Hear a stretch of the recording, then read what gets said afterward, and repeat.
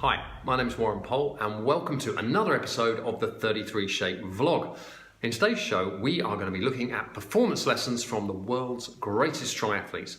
And this comes courtesy of a rather brilliantly insightful piece written for our blog by sports journalist and rather handy triathlete himself, Tim Hemming.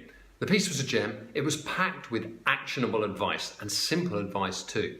So whatever level you're at, if you're looking to upgrade your running, your cycling, your triathlon or your swimming, you have come to the right place. Because at 33 Shake, our mission is delivering maximum value for endurance athletes. And we do it in these videos by sharing the latest in training and nutrition tips, motivation and inspiration so that you can improve your performance in your endurance sport. And we do it in store at 33shake.com with our groundbreaking natural sports nutrition products. Now with that all out of the way, let's get on with the performance tips from the world's greatest triathletes. As Tim put it, if you were to pick the top 3 male triathletes of this generation, you would be hard pushed not to come up with a list that looked like Alistair Brownlee, Javier Gomez and Jan Frodeno. Tim, as a columnist for 220 Triathlon magazine, as a long-time sports journalist and as a very keen triathlete, he has spent the last decade watching these guys go from elite top-class performers to absolute world beaters. And he says that even though their exceptional performances are all about being able to swim, bike and run faster than their rivals, he said they all have some key traits. They each have some key traits that we can all learn from. That's what we're going to look at here. So the first one he went with was Jan Frodeno.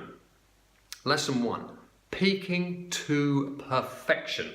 And Tim explains that Frodeno proved he can peak to perfection when he won the 2008 Olympic title in Beijing. And this was despite plenty of near misses because he had not won a single top level race before he lined up on that start line in China. Even so, he was still able to time his sprint perfectly. The lesson here, you can't control what happened in the past. You may not even be able to control what's happening in the present.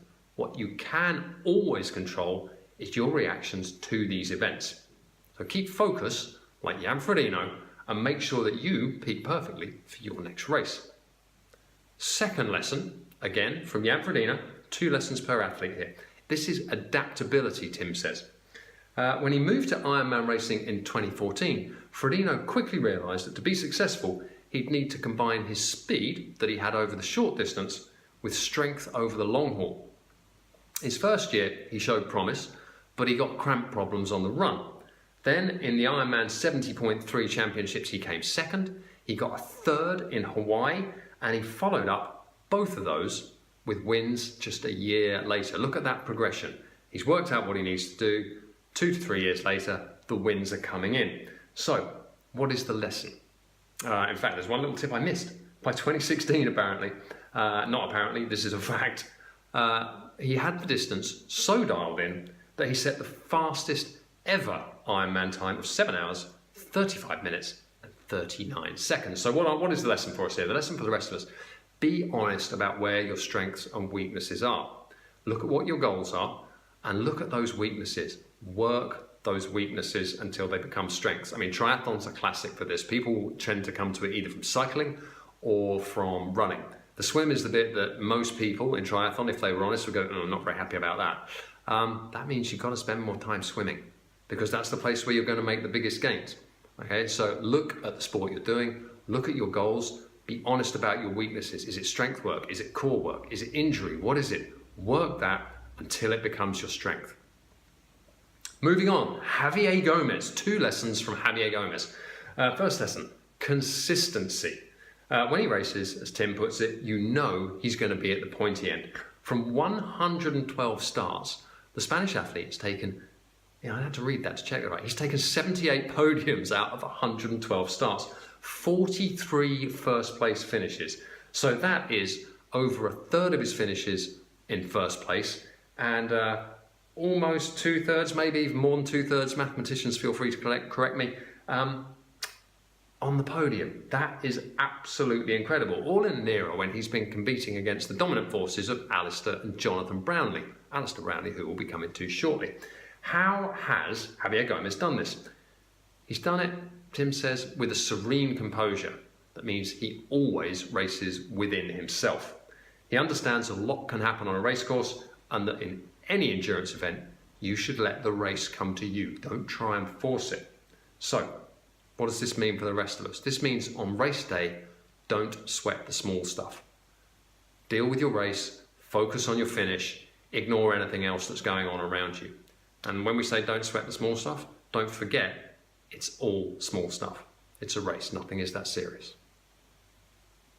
The other lesson from Gomez is technique.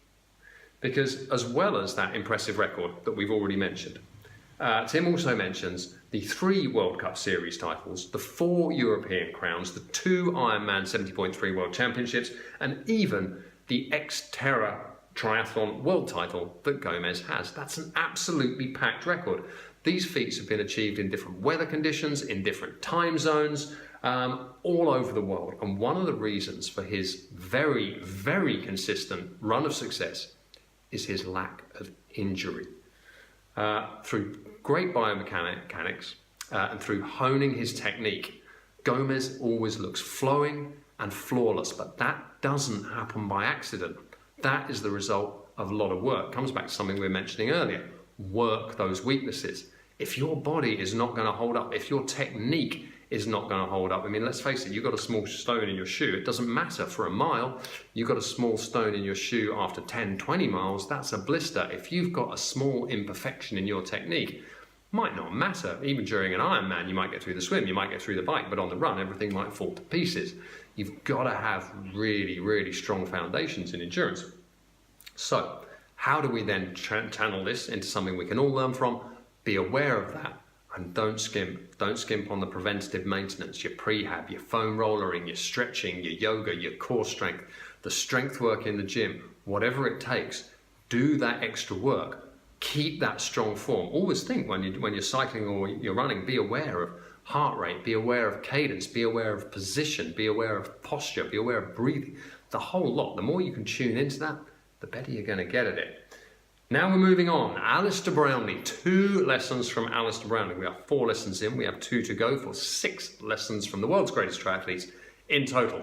And you can't really use the term world's greatest triathlete without bringing up Alistair Brownlee. As Tim puts it, the Yorkshire Flyer is an unprecedented 2-time Olympic champion. And the thing that really makes him stand out was his 2008 Olympic debut in Beijing.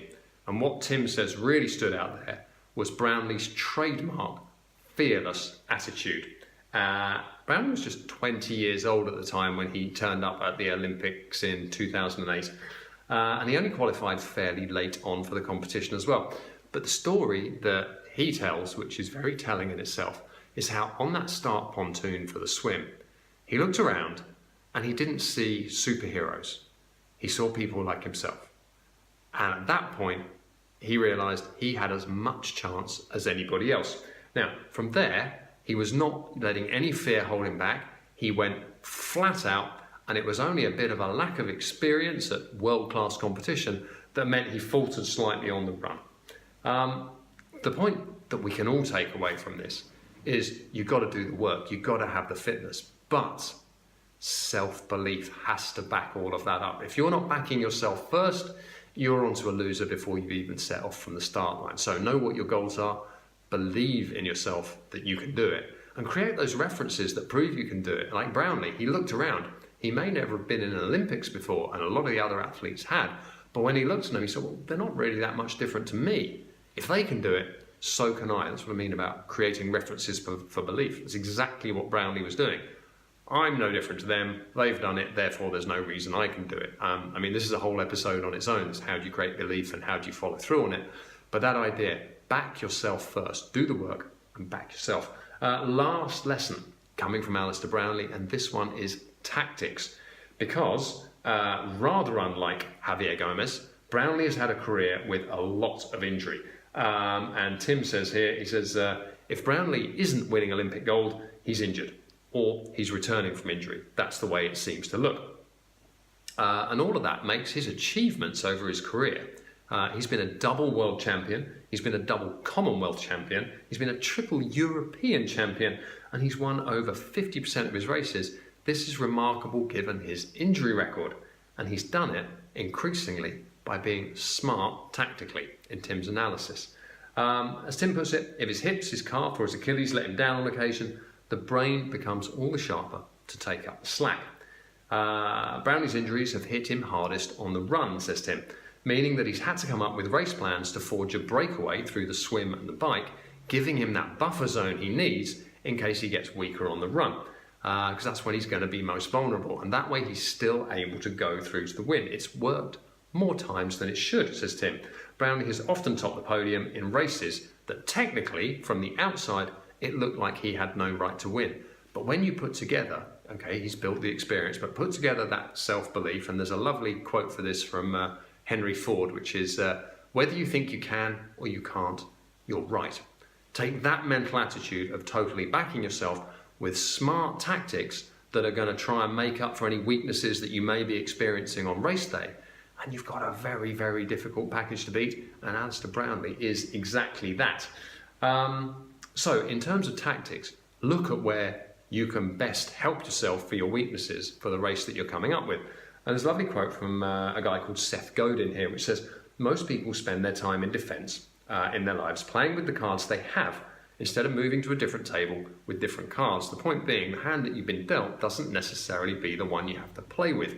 If you want to change it, is there another table, metaphorically, you can move to, and another pack of cards, metaphorically, you can pick up and start playing with? That's exactly what Brownlee's doing. If he's going in with let's say, an Achilles injury, he's not going, well, I'm going to just have to fight through this and get on as best I can.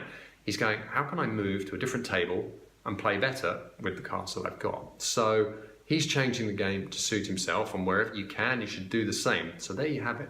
Those are 6 tips for increased performance from the greatest triathletes in the world.